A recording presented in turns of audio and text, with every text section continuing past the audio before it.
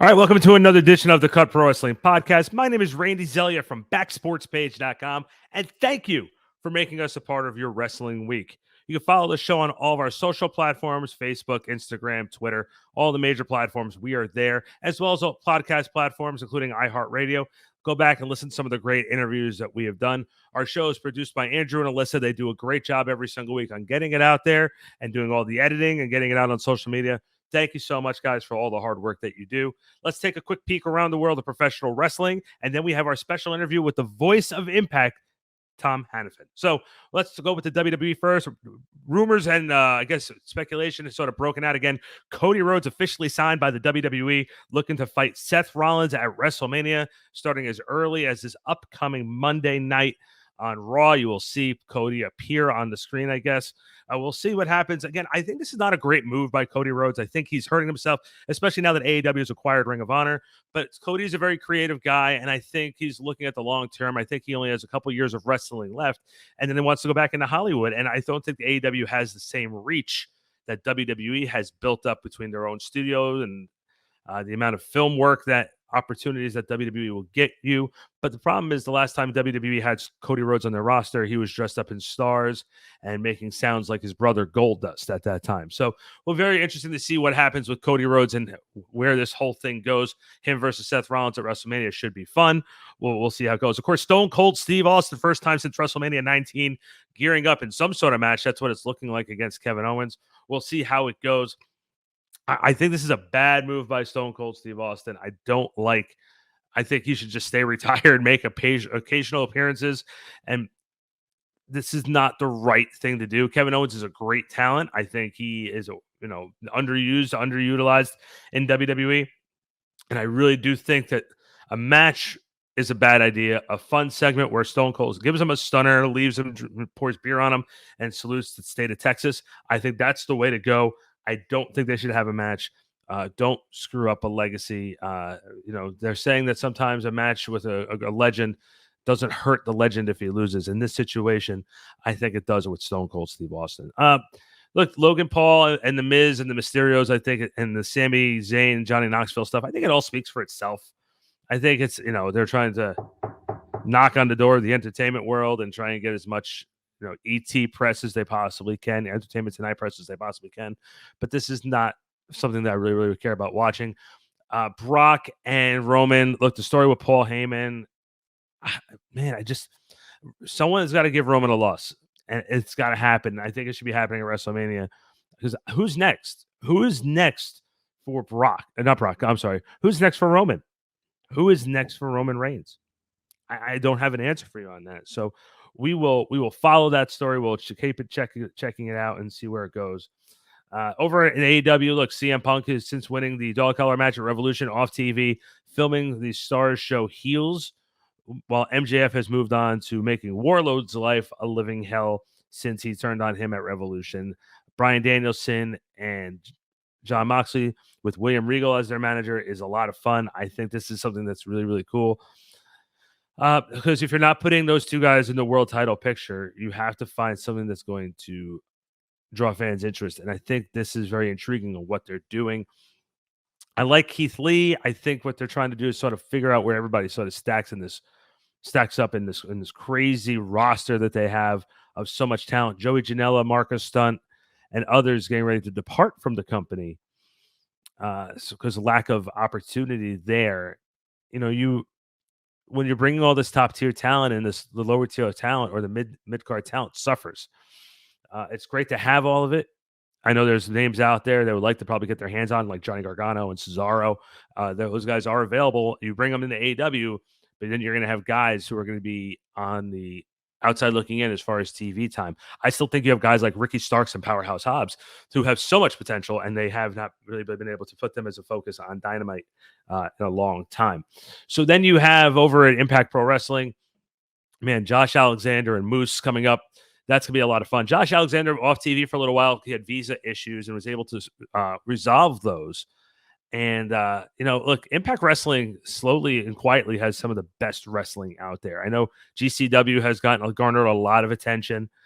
I think that you look at MLW. MLW has a TV deal. New Japan Pro Wrestling, of course, has their fan base and has some of the best wrestling around. Our former co-host Emerito Vera will eat, sleep, breathe New Japan Pro Wrestling as he should. It's an amazing product. I just think that Impact Wrestling does not get the love it deserves for the work that they have put in rebuilding their brand after what was a disastrous situation under Dixie Carter. That's another story for another time. And I think that if you have the opportunity to go out and watch their products, I think the women's matches are amazing. I think the talent that they have on their roster, I think they just need that one player to take them over the edge. And I think they're right in the mix for the conversation with everybody. Speaking of Impact Wrestling, today's guest, Tom Hanafin, the voice of Impact Wrestling. He sits down with me and we discuss everything Impact Wrestling, including his career with WWE, his flirtation now with ESPN, being able to broadcast some basketball games, as well as his career. And that starts right now here on the Cut Pro Wrestling Podcast.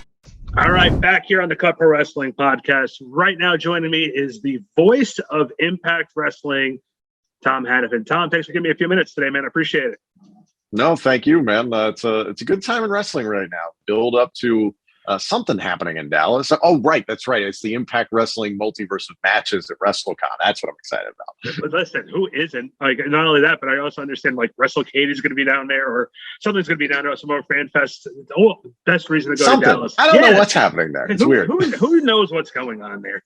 I heard a rumor you might have worked for a company that's going to be down there too. Just a small rumor. Anyway, yeah. So Tom, right now the Impact Wrestling.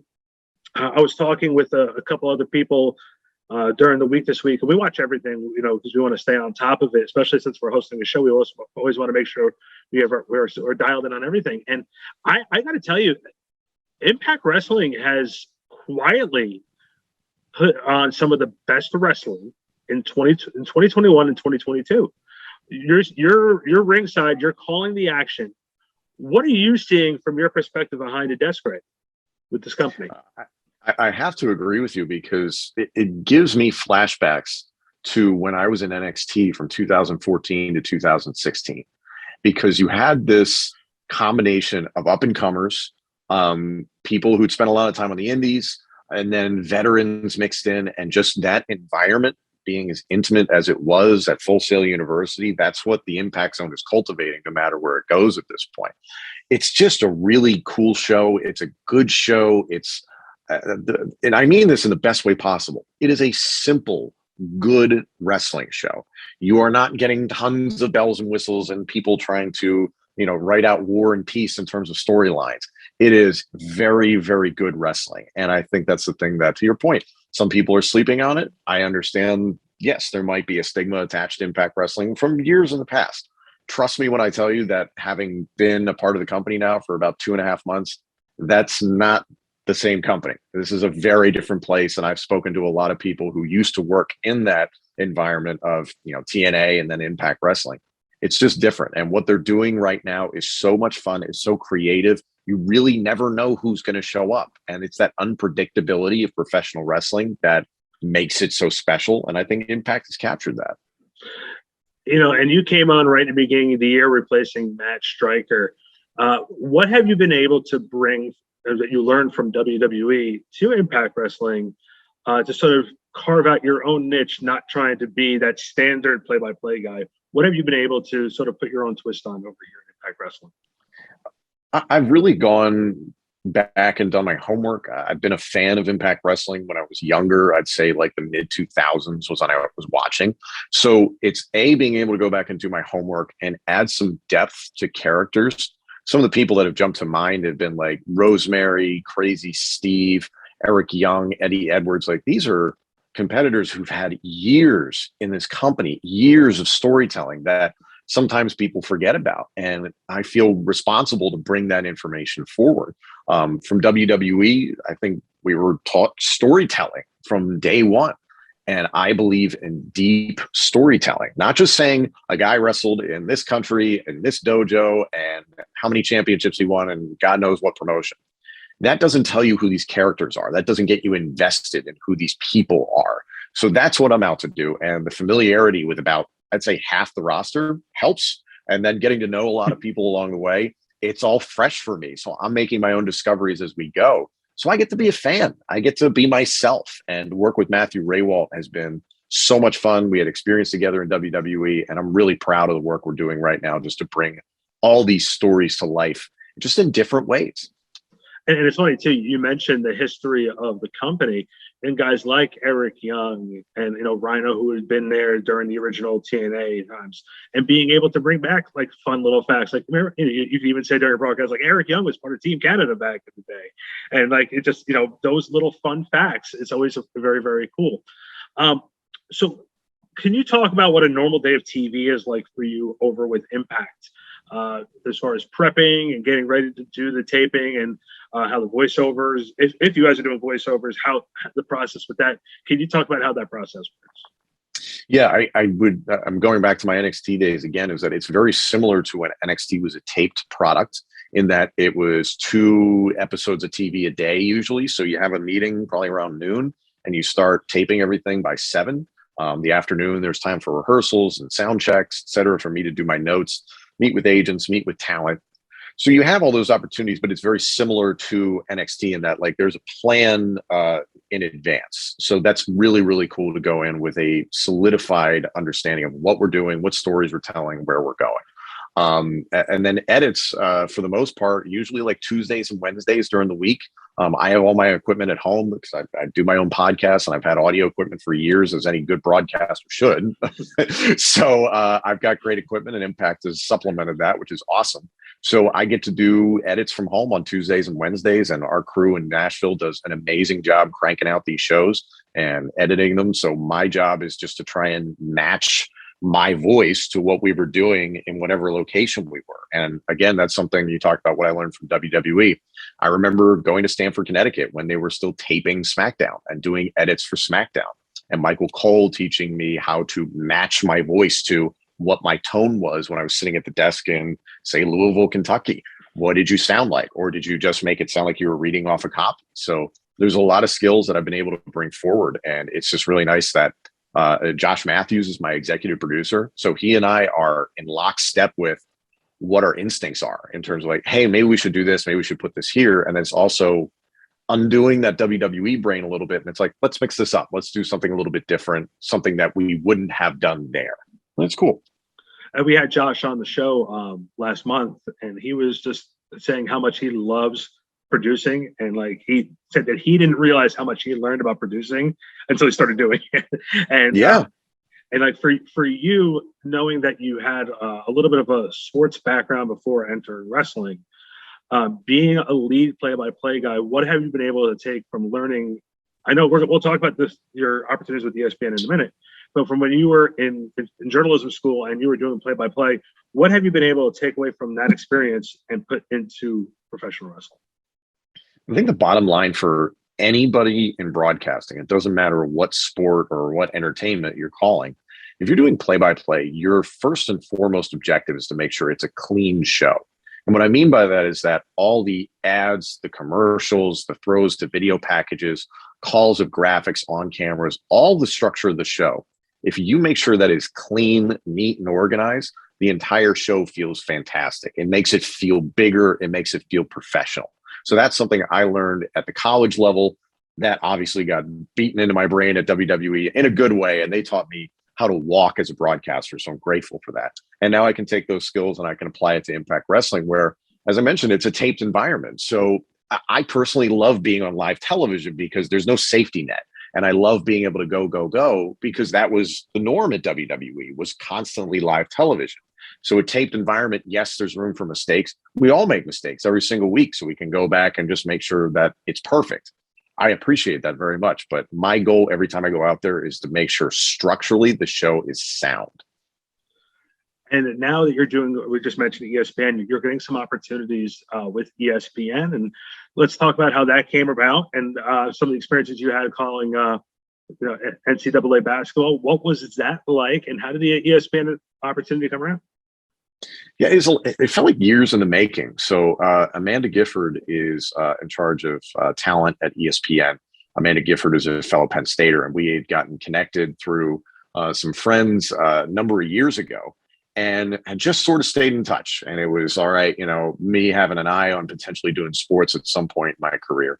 And one of the first calls when I was released this past summer was to Amanda Gifford, just be like, I want to prove myself. What do I have to do? And I spent a lot of time doing exactly what was recommended to get my tape organized. And I did that. And I was very, very grateful that she reached out to me early in February and asked if I could fill in for an opportunity. Ohio State versus Michigan in Ann Arbor, live, on site. There's been a lot of remote broadcasts in professional sports. So I was ecstatic. Like, I couldn't even put it into words. I couldn't believe I was actually getting the text to do this. And as you probably know, so many opportunities in life come because they just needed somebody to fill in, somebody as a replacement. And the way I looked at it is that I have been trying to get a foot in the door in that world for the longest time. And this was a really big foot in the door. So, it's not lost on me. And then they get a call a couple of days later to do another game, Baylor versus Oklahoma State, another one live on site, that one in Stillwater, Oklahoma. I was just blown away. It was so much fun. And again, all the things that I've learned, whether it be at Penn State broadcast journalism school or at WWE, and just in terms of executing a professional broadcast, it all just kind of came together, and it was this nice collaboration. It was fun. I still have a lot to learn and a lot that I want to be able to do in that space. And I'm grateful ESPN's given me that opportunity with them. What was it like being in that, the college atmosphere and all the student body there screaming in the background? like that's like every broadcaster's dreams. Like, I've done a lot of stuff, when NFL and NBA, and I've been around that atmosphere, being around broadcasters.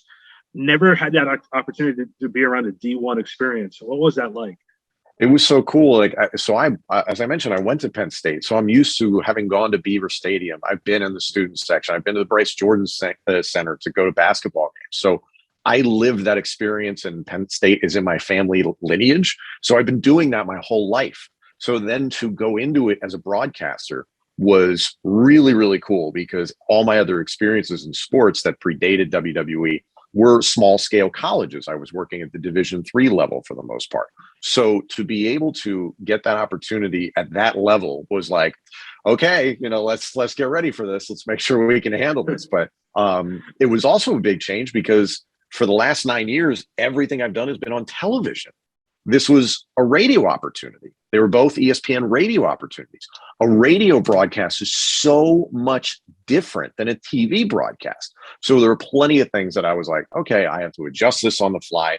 That in terms of the environment, I love to let the environment speak for itself. I think it's something that I learned from WWE in terms of, if the crowd is up and you've got a cool moment, just let it be. And there are a lot of instances in both those games I mentioned that I called for ESPN radio where I was like, I would love to say nothing, but you have to say something because it's radio and you got to explain what's happening on the court. So it's just, again, it's learning, and it's a whole different chapter in my career that's been a blast. Both Iron Eagle and Chris Carino, who covered the Nets out here in the New York metropolitan area, both did radio, said when you're doing radio, you have to paint the picture for the person who's listening, and you have to make it, if they're closing their eyes, they can see the game that you're explaining. And radio is much, I don't want to say much difficult more than TV, because like you said, TV, you just let the picture do it, and you're like the garnish on the picture. Yeah, you're the garnish on the steak. That's what I would know. I completely agree. Radio's tough. Yeah, Radio's tough. So I'm glad. I'm glad I got the opportunities to do that. Hopefully, my phone rings again sometime soon. You guys are going to be in the Philadelphia area for Impact tapings coming up. Philadelphia, well-known hardcore wrestling town. Talk to us about the tapings and where. I'm not asking this for spoilers for storylines or anything, but where the company is going as far as being back out on the road for these tapings. Is this almost like the test the waters? You guys did a couple different places, but now testing the waters, getting out of that home base of the Impact Zone? Yeah, just learning kind of what everybody experienced before I arrived. Performing in front of no fans is tough, but it was necessary within the pandemic. And listen, when I was in WWE, did the same thing with Monday Night Raw in the WWE Performance Center for I don't know how many months. So it's a struggle. To be in front of fans is fantastic, and to see the fans responding and coming out to these shows. We had a great crowd in Louisville the weekend for Sacrifice. It was really great. Philadelphia is fantastic.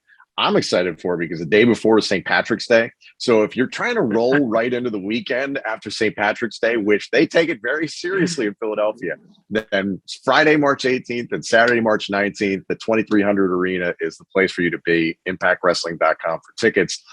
We'll film a bunch of weeks of TV for Impact Wrestling that'll appear on Access TV. I'm really excited to see what develops with the Bullet Club.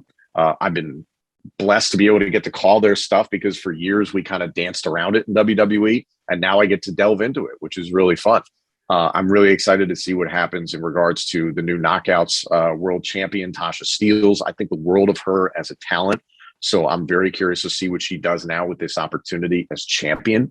And then a lot has been announced on social media by Impact Wrestling for what's happening first weekend of April, Friday, April 1st at WrestleCon, the Fairmount Hotel to be specific. Impact Wrestling is going to do the multiverse of matches. You've got the Briscoes versus the Good Brothers, Ishii versus Eddie Edwards, and then Chris Sabin versus Jay White. And I believe Deonna Purrazzo is going to have a champ challenge as well. Just to think about how we're going to get to those, I can't wait to see what we do in Philly. And Deonna was just on with us last week and basically said Tasha better watch out because that belt still had her name on it in her mind. So I'd love to be able to see if we have a champ. That would be really cool. I'm sure Deonna would love that too. Yeah, Deonna would definitely do it. Let's plug some let's plug the podcast and let's plug social media for you. Let's talk. What about your podcast? Talk to me about it. Yeah, it's been great. I've been working with former Penn State quarterback and also former NFL and XFL quarterback Matt McGloin since this past August. He obviously had some great years with Penn State. So he and I have gotten to be friends, ironically, through wrestling. So I had done one of his shows once upon a time, and he's followed my career. And when he had an opportunity to do this podcast with the Believe Network, I jumped at it. It was something that was really cool for me. I love Penn State football. Obviously, I've followed it since I was a kid. So you can check it out at Believe.com, BLEAV. And then, of course, it's all over my social media page on Instagram and Twitter. I'm at Tom Hanafin, HANNIFAN. So the podcast is great. If you're a Penn State football fan and you're listening to this wrestling/sports podcast and I'm somehow catching you, thank you for tuning in. I appreciate it. Well, and check them out every week on Impact Wrestling on Access TV. Tom, thanks for giving us a few minutes. Just hold on right there. Well, we'll talk to you off air. We'll be right back here on the Cut Pro Wrestling Podcast right now. All right, that was Tom Hanafin, the voice of Impact Wrestling. I really like the fact that Impact is giving him the freedom to go work with ESPN and still follow his dreams. Like, it's amazing about Tom is he was able to start his journalism career and was making like $50 a game calling college football and college basketball. And he and I spoke off air for a little while, and he was very, very much involved in Penn State and started covering the Sandusky case. And he actually pulled himself out of it because he saw that it ethically was, what they were looking for from the program that he was working with. He is a very good guy, stand-up guy. Tom Hannifan, it was a pleasure to have on the show, and he will come back. He and I were discussing him coming back for a forum that we're going to be putting together here on the Cut Pro Wrestling Podcast. All right, let's pay some bills. Check out Impact Wrestling every single week on Access TV. Go to impactwrestling.com for all the information on where you can watch the show, where they're coming to do tapings near you, and to follow your favorite stars of Impact Pro Wrestling. Follow the Cut Pro Wrestling Podcast on all of our social media platforms. Facebook, Twitter, Instagram are the main ones. Of course, podcast platforms, iHeartRadio, Apple, Spotify. We are everywhere you get your podcast from. So give us a follow. Give us a chance. Check out some of the interviews we do. Andrew and Alyssa do a great job of putting our shows together and putting them out there. So we say thank you to them. And I thank you, the audience. Give us a review. Give us what your thoughts are of our shows. Check us out every single week here on the Cut Pro Wrestling Podcast. And thank you for giving us some time. And we will see you next time here on the Cut Pro Wrestling Podcast.